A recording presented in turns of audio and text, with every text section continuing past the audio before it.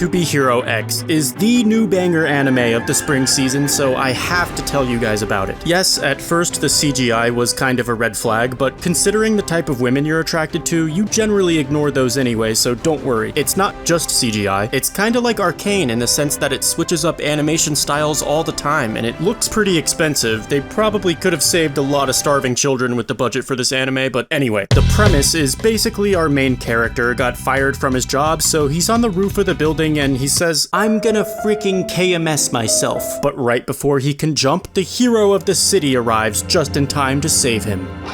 Except instead of doing that, he just kills himself first, which ironically does actually stop the main character from jumping. The hero, whose name was Nice, had the ability to fly, so this was also a pretty ironic way to do it. And for context, the heroes in this anime all have different powers, but their power scaling is based on their trust value, which depends on public perception and popularity. So they're basically influencers. Like, you could make me more powerful by subscribing. Right now, I'm at 300k, so I could easily beat up someone with only 30k, however, I would be no match for someone with 3 million. Pan Piano could absolutely destroy me. She could just completely violate me, please. But because their powers rely on popularity, most heroes are owned by companies kinda like VTubers. So right after Nice loses a 1v1 to Gravity, his manager and staff kidnap the main character and interrogate him, and they don't want to lose their jobs, so they blackmail him into becoming the new Nice. They dye his hair and everything, and basically force him into pretending to be the hero Nice. And thus, the anime is about our main character learning how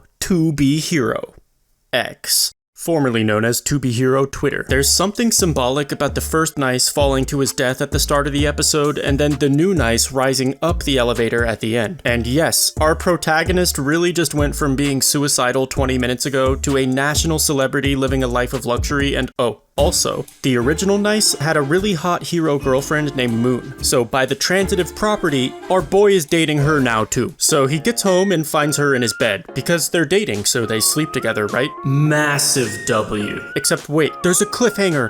Oh no! Isn't it crazy how things can be going so well and all it takes is one event that changes everything? Kinda like the eclipse from Berserk, right? Well, Echidnut, I'm glad you brought that up, because it just so happens to bring me right to the sponsored segment of this video.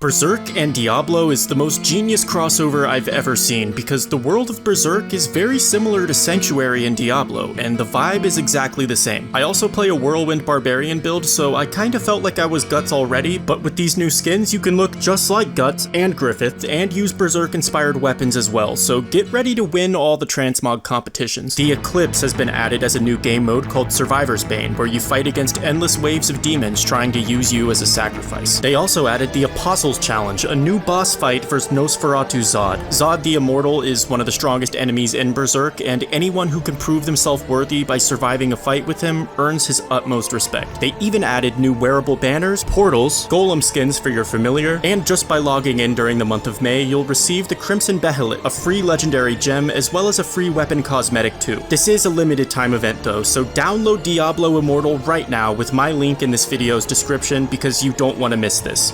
Thank you again to Blizzard for sponsoring this video.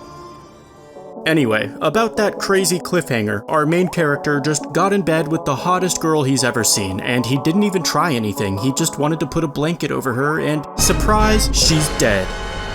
Except she's not. Immediately at the start of the next episode, it's revealed that it was just a dream and Moon is perfectly fine. The cliffhanger was basically just a marketing ploy to get you to watch the next episode, which I don't think was needed, honestly. The anime was already good enough on its own that they didn't need to trick you into watching the next episode. Like, I was gonna do that anyway. It's like if Studio White Fox performed oral sex on me to make sure I gave ReZero a god tier ranking in my upcoming tier list video. It was gonna be god tier no matter what, so they didn't have to do the oral. But yeah, that's basically how I felt about the first cliffhanger until I watched episode 4. I don't want to spoil what episode 4's cliffhanger is, because it was actually so insane that I think you need to experience that for yourself, but I don't know guys, I feel like that one wasn't a dream. After that episode, I was thinking about it basically the entire week. I couldn't fucking wait until the next episode came out so I could find out what the fuck just happened. I was so excited. But then episode 5 came out and it introduced a completely different storyline and didn't even continue the main one. Totally new characters that we've never seen before. It felt like they made another anime and this was the first episode. And normally I'd be pretty upset about that, but the craziest thing about To Be Hero X is that it was able to make me even more invested in the new storyline than the other one that I was waiting all week to see. If any other anime attempted this, it would probably be a disaster, but To Be Hero X has a unique ability to keep you glued to the screen regardless of what's happening. They're just always cooking no matter what the ingredients are. And honestly, I think my favorite part about it is that it's an original anime, so there's no manga readers posting spoilers on your timeline, and everyone in the comments has the same amount of information that you do. Nobody can spoil you because nobody knows what will happen next episode. We're just all experiencing this together as anime onlys, and that's amazing. The only criticism I've heard so far is that at the start of the anime, the pacing is extremely fast, and to be fair, it is. However, I think that's probably intentional because it fits the plot and honestly kind of builds the immersion. The main character literally got thrown into the role of Nice and wasn't given any time to prepare or adapt, and I feel like the lightning fast pacing kind of reflects that. Something this anime does really well though is convey emotions. Episode 5 almost made me cry, even though they literally just introduced all these characters. It's just proof that they can whip up a tearjerker in only 20 minutes, and that's pretty impressive. It also has some pretty decent comedy too, although it's kinda hard to gauge what's humor and what isn't. Like when the original Nice hit the main character with that pose and then immediately dies 2 seconds later. I don't know if that was supposed to be funny, but it kinda made me laugh because I totally wasn't expecting it. There's also a hero named Mr. Stand, who I guess his power is that he's really strong, and his gimmick basically is that he never sits down. He always remains standing no matter what, because that's who he is. He's Mr. Stand. Except the English subtitles decided to change his name to Firm Man, which is such a stupid name. It just sounds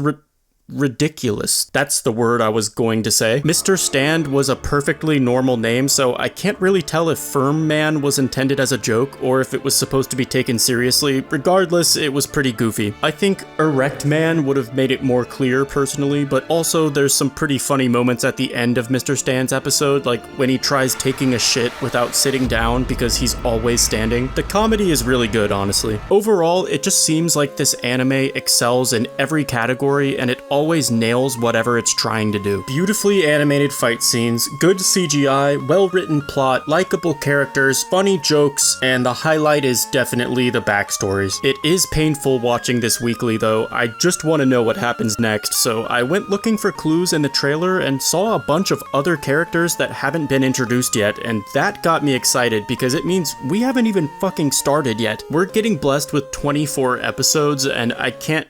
Wait, hold up. There's a character whose name is just Lolly. That's her name? What the fuck is about to happen? Oh, and this guy X is someone I recognize from the opening. I don't even know him yet, but I already know he has aura. I can feel it already. And his name is in the title of the anime, and he's the first character listed on Mal, so I'm guessing he's gonna be pretty important. Lucky Cyan was just mentioned in the latest episode, but hasn't been introduced yet, and it looks like she's being voiced by Rem from ReZero, so I'm pretty hyped for that. Anyway, if you aren't watching this yet, you gotta hop on the train with us because it's been fucking amazing so far. As for the tier list videos, I'm gonna have to combine the winter one with the spring one and just make another massive video, so make sure you subscribe so you don't miss that. Thanks everyone for watching. That's all for today. I'm out. Peace.